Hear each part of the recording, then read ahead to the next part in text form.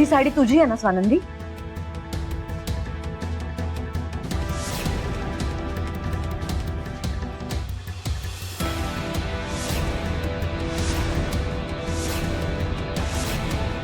हो, ही साडी माझीच आहे. पण मणी सर, सरपोतदार साहेब, मी स्टडी रूम मध्ये गेलेच नव्हते. हो, मग या फुटेज मध्ये दिसते ते तुझं भूत आहे का? स्वानंदी, तुम्ही खरंच? मणी, तिला विचारतोस काय तू? हे सीसीटीव्ही फुटेज आहे. आमच्यापैकी कोणी शूट नाही केलंय. क्लिअरली दिसतंय की ही गेली होती स्टडी रूम मध्ये. वहिनी, तुमच्याकडनं एक्सपेक्ट नव्हतं केलं मी. नाही, प्रत्येक वेळी तुम्ही कुठल्या ना कुठल्या गोष्टीमध्ये मला अडकवण्याचा प्रयत्न केलात, पण डॅड मरवते म्हणून मी काहीच बोललो नाही. प्रत्येक वेळी मला गप्प करून डॅडने तुम्हाला घरात ठेवलंय. पण या सगळ्याचा डॅडच्या तब्येतीवर परिणाम होत गेला. बघा, हे दिसतंय कारण त्यांची प्रकृती ढासळते तुमच्यामुळे. पण तुम्हाला चोरी करावीशी वाटली आमच्या घरात? नाही नाही, तुम्ही असं नाही ऐकणार डॅड. आज मी तुमचंही नाही ऐकणार. आज स्वानंदी या घरातनं बाहेर जाणार. मी स्वानंदीला या घरातनं बाहेर हकलणार.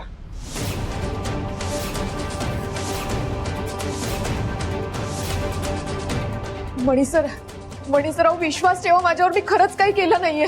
मी पेपर्स नाही चोरले. सुजित सर खोटं बोलतायत. अगं, बास झाली तुझी नाटकं स्वानंदी. इतका मोठा पुरावा असताना देखील तू मला खोटात पाडतेस. असं नाहीच ऐकणार तू. पोलिसांनाच बोलवतो मी इकडे. सुजितराव, बस. डॅड, आजही तुम्ही हिची बाजू घेताय.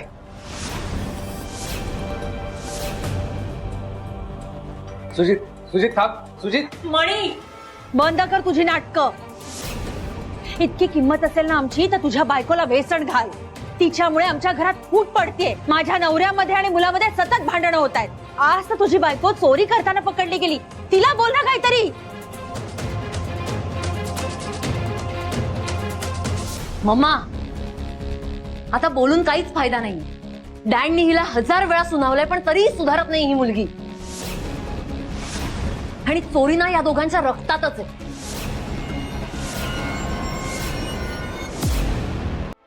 आणि डॅड, सुजित जे करत होता ना ते योग्यच होतं. तुम्ही अडवलं त्याला, पण मी नाही ऐकणार. मी पोलिसांना फोन करणार. संचिता, बास. वेळ लागलाय तुला. ही आपल्या घरातल्या 4 भिंतींमधली बाब आहे. ती पोलिसांना सांगून तू चव्हाट्यावर आणणार आहेस? डॅड, समाजात आमची काहीतरी पत आहे, ती ह्याच्यामुळे धुळीला मिळेल ह्याचा तरी विचार कर जरा. घरातल्या गोष्टी घरातच राहायला हव्यात, त्याचा बाहेर बोभाटा होता कामा नये. डॅड,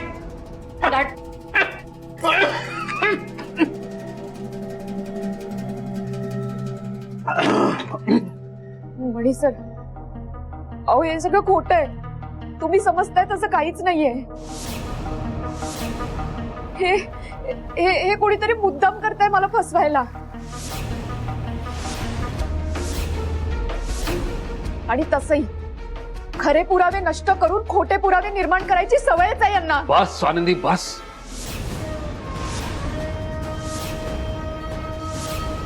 घ्या, आता पुरावे पण नष्ट करतोय आम्ही. धन्य धन्य झाले मी. मणी, जा घेऊन तुझ्या बायकोला इकडनं. मी हात जोडते तुझ्या पुढे, प्लीज. मणी सर, अहो विश्वास ठेवा माझ्यावर. मी काहीच केलं. स्वानंदी, बस.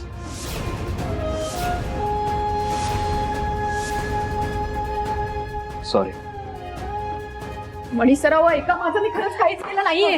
तुम्हाला त्रास होतोय का? हा, तुम्ही प्लीज प्लीज तुम्ही काही काळजी करू नका.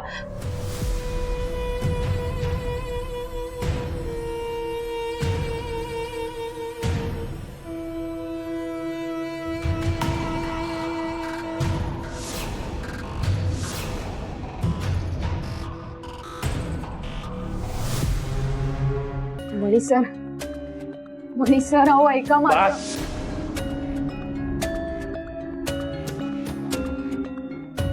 तुला म्हटलं होतं ना मी की नाही मणीला तुझ्यापासून दूर केलं ना तर नावाचा सरपोतदार नाही मी. मणी सर प्लीज प्लीज माझ्यावरती विश्वास ठेवा. तुम्ही जो विचार करताय ना तसं काहीच नाहीये. अहो मी काल अख्ख्या दिवसभरात एकदाही स्टडी रूम मध्ये गेले नव्हते. मान्य आहे त्या फुटेज मध्ये ती जी बाई दिसतीये तिने जी साडी नेसली ती माझी आहे पण ती बाई मी नाहीये. मणी सर कसं समजावू तुम्हाला. हे बघा अख्ख्या जगाने माझ्यावर विश्वास ठेवला नाही ना तरी चालेल पण तुम्ही प्लीज माझ्यावर विश्वास ठेवा. मणी सर दुसरं मी खोटं बोलत नाहीये तुमच्याशी. प्लीज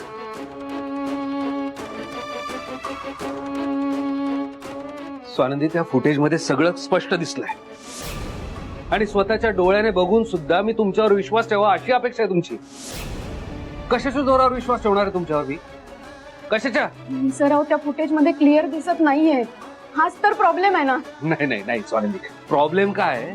तुम्हाला साहेबांना सगळ्यांसमोर खोटं सिद्ध करायचं आणि आज तुम्ही ते सगळ्यांसमोर बोलूनही दाखवलं. काय म्हणालात तुम्ही? खरे पुरावे नष्ट करून खोटे पुरावे निर्माण करायची सवय त्यांना. सवय असंच बोललात ना स्वानंदी? हे बोलताना तुमचा रोग कुणावर होता हे मला चांगलं माहिती. आपण कोणाबद्दल बोलतो याचं भान ठेवायला हवं स्वानंदी. मोठमोठे नेते उद्योगपती ज्यांच्याशी आत्मीने बोलतात त्यांच्यावर तुम्ही पुरावे नष्ट केल्याचा आरोप करताय. स्वानंदी मी तुम्हाला याआधी सांगितलंय साहेब माझं श्रद्धास्थान आहे आणि पुन्हा एकदा तुम्ही माझ्या भावनेला दुखावलंय. मणी सर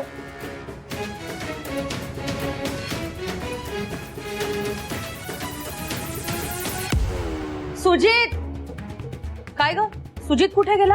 हा थोडा चिडलेला ना मला भीतीच वाटली. मी त्याची समजूत घालायला आलीय. मम्मा तो पार्टीला गेलाय बाहेर. पार्टीला? अगं पण तो तर एवढा चिडलेला होता ना यांच्यावर.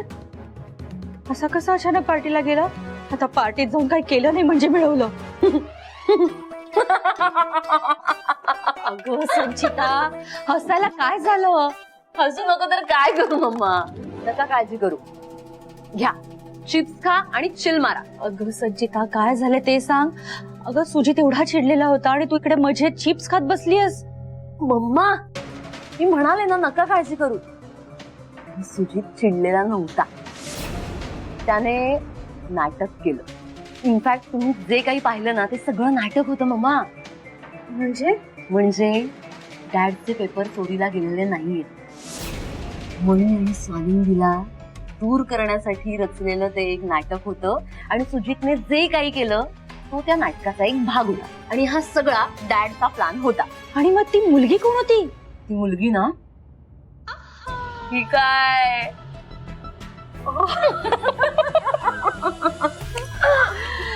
वा मस्त नाटक. हा ए संचिता तुला खरं म्हणजे ना बेस्ट ऍक्टरचा अवॉर्ड मिळालं पाहिजे या नाटकासाठी. तुम्हाला माहितीये का हे जे काही मी केलं ना ते फक्त तुमच्यासाठी केलंय. हा स्वानंदीने त्या दिवशी तुमचा इन्सल्ट केला ना त्याचा बदला घेतलाय मी फक्त तुमच्यासाठी. हा मम्मा शाणी ग बाय माझी ती. सून असावी ना तर अशी.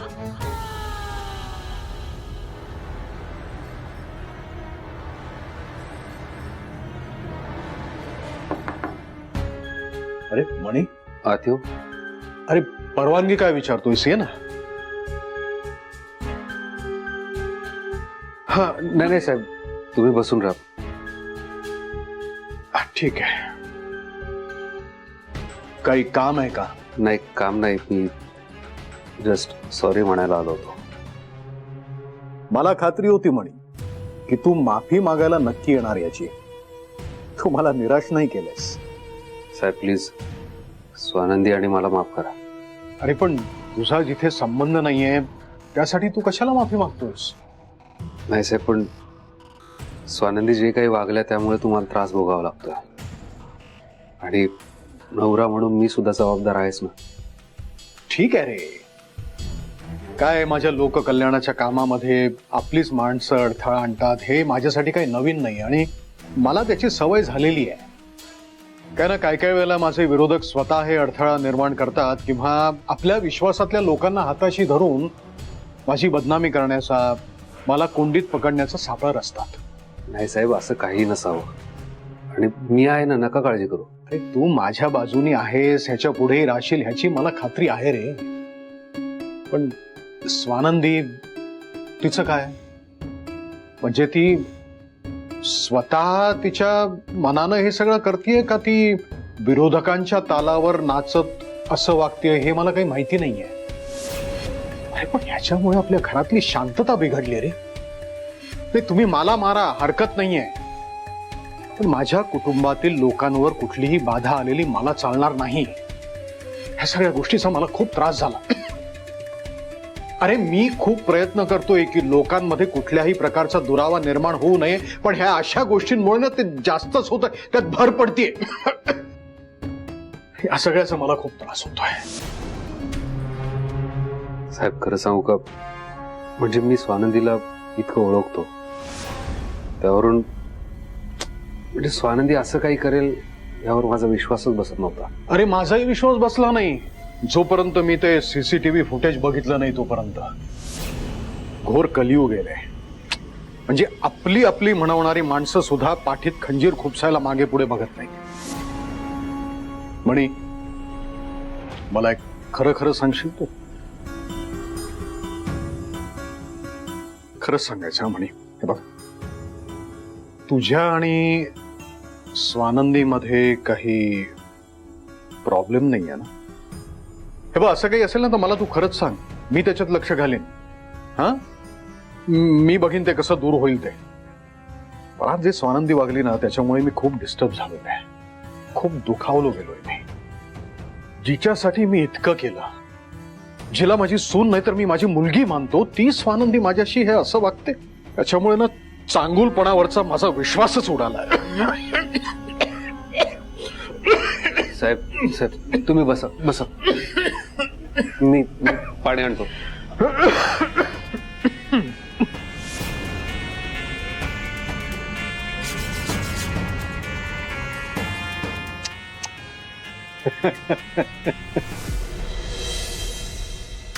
मला खात्री आहे मणी सर नक्कीच सरपोतदार साहेबांना भेटायला गेलेच नाही. आणि सरपोतदार साहेब नेहमीप्रमाणे भावनिक होऊन त्यांच्या मनात माझ्याबद्दल विष कालवणार. आधीच त्यांनी माझ्यावर खोटा आरोप लावलाय. आता ते 7 दिवसांचं चॅलेंज पूर्ण करायला काहीही करतील, काहीही. मला असं हातपाय गाळून चालणार नाही. मला काहीतरी करायला हवं. माझ्यावरचा आरोप खोटा आहे हे सिद्ध करायला हवं. काय करू मी? काय करू? त्या फुटेज मधली साडी ती शोधायला हवी.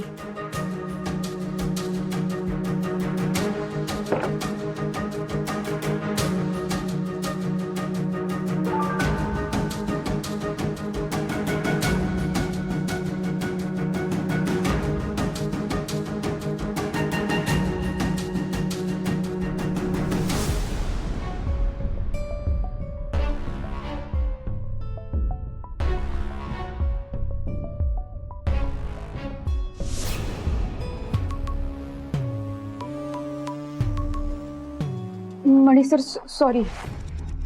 सॉरी थोडा पसारा झालाय, मी आवरते. पण मी ते सीसीटीव्ही फुटेज मधली साडी शोधत होते. बस स्वानंदी बस.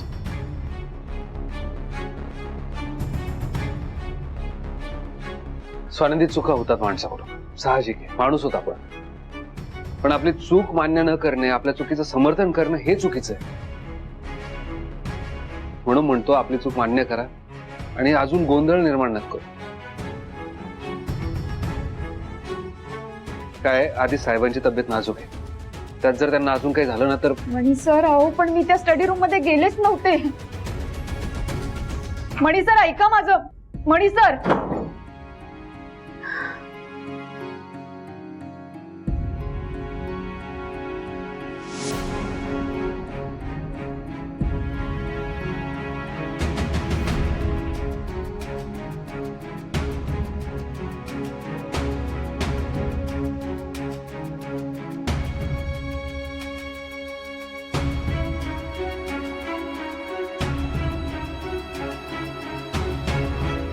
स्वानंदी, मी आता तुमच्यासोबत जे वागतोय ते योग्य आहे की चूक आहे हे मला नाही माहिती, पण तुमच्यामुळे साहेबांना जो त्रास झालाय त्याचा त्रास मलाही होतोय. तुम्ही खरंच असं वागायला नको होतं स्वानंदी.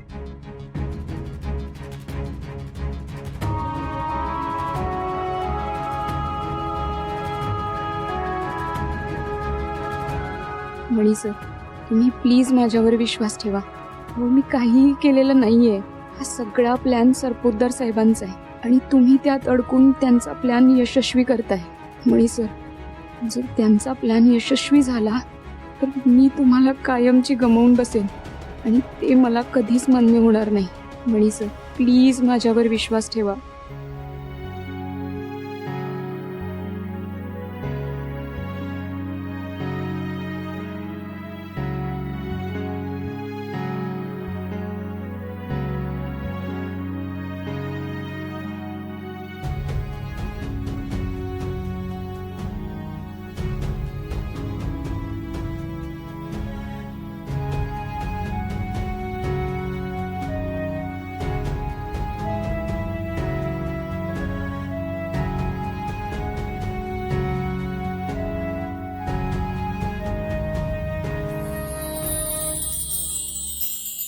मणी सर, हो कसं समजावू मी तुम्हाला की ही सगळी खेळी सरपोतदार साहेबांची आहे तुम्हाला माझ्यापासून तोडण्यासाठी.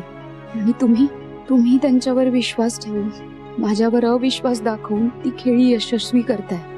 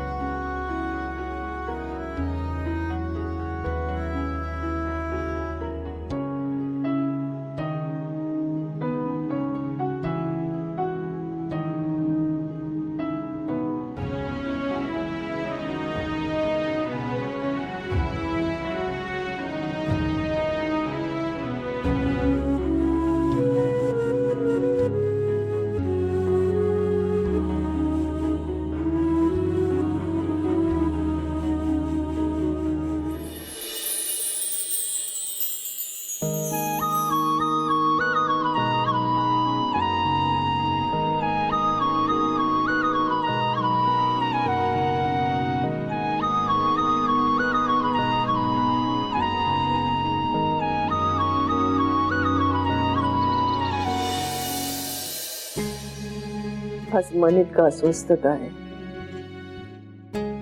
कशातच लक्ष लागत नाहीये. पूजेत सुद्धा लक्ष लागत नव्हतं. सगळं ठीक असेल ना स्वानंदी? बऱ्याच दिवसात स्वानंदीशी बोललेच नाहीये. ना फोन केला ना ती भेटायला आली. ती बरी आहे ना? काही प्रॉब्लेम तर नाहीये ना? स्वानंदीला फोन करते. तिच्याशी बोलल्यानंतर माझ्या जीवात शिव येईल.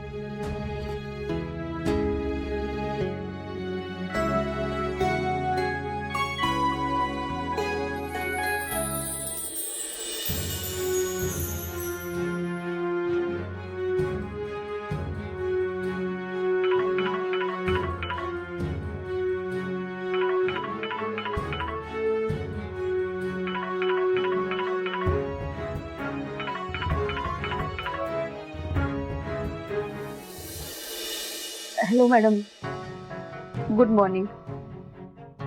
स्वानंदी, काय झालं? नाही, कुठे काय? स्वानंदी, विषय बदलू नकोस. मला सांग काय झालंय. तुझा आवाज कसा आहे? काही प्रॉब्लेम झालाय का? नाही मॅडम, काहीच नाही. स्वानंदी, तुझा आवाज मला सांगतोय तू अस्वस्थ आहेस. काय झालं सांगशील का मला? जे काय मनात आहे ना ते बोलून टाक. अगं, प्रॉब्लेम सांगितला ना की लगेच त्याच्या पलीकडचं उत्तर मिळतं आपल्याला. सांग मला काय झालंय. स्वानंदी, मला पण नाही सांगणार. स्वानंदी, तू रडतीयस का? स्वानंदी, मला सांग काय झालंय. कोणी बोललं का तुला? तुझी तब्येत बरी आहे ना? नाही मॅडम, ते सरपोतदार साहेब त्यांच्या स्टडी रूम मध्ये.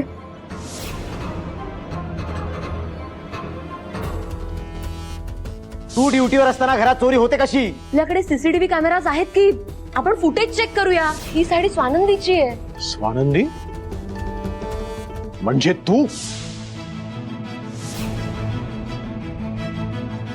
काय सरपोतदारच्या वागण्याने मला जराही आश्चर्य वाटलेलं नाहीये स्वानंदी. त्याच्याकडनं त्याच्या स्वभावानुसार हेच अपेक्षित होतं. तो एक नंबरचा धूर्त माणूस आहे, कपटी माणूस आहे. स्वतःच्या फायद्यासाठी तो कोणालाही आयुष्यातनं उठवू शकतो. स्वानंदी, मी हार पत्कर, कारण माझी त्यावेळी परिस्थिती वेगळी होती. मला कोणाचा आधार नव्हता. पण तू हार पत्करायची नाहीये. तुझ्या बरोबर मी आहे, मणी आहे. कळलं तुला? तू निर्दोष आहेस हे तुला सिद्ध करावं लागणार.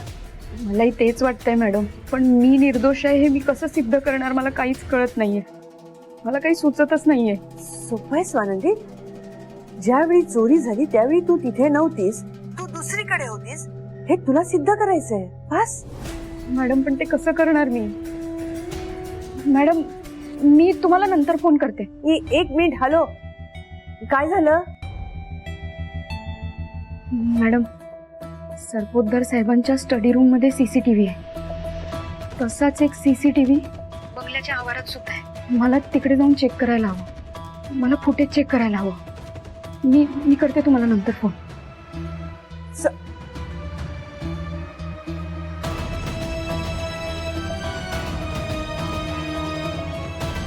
माझ्या मुलीची मदत कर.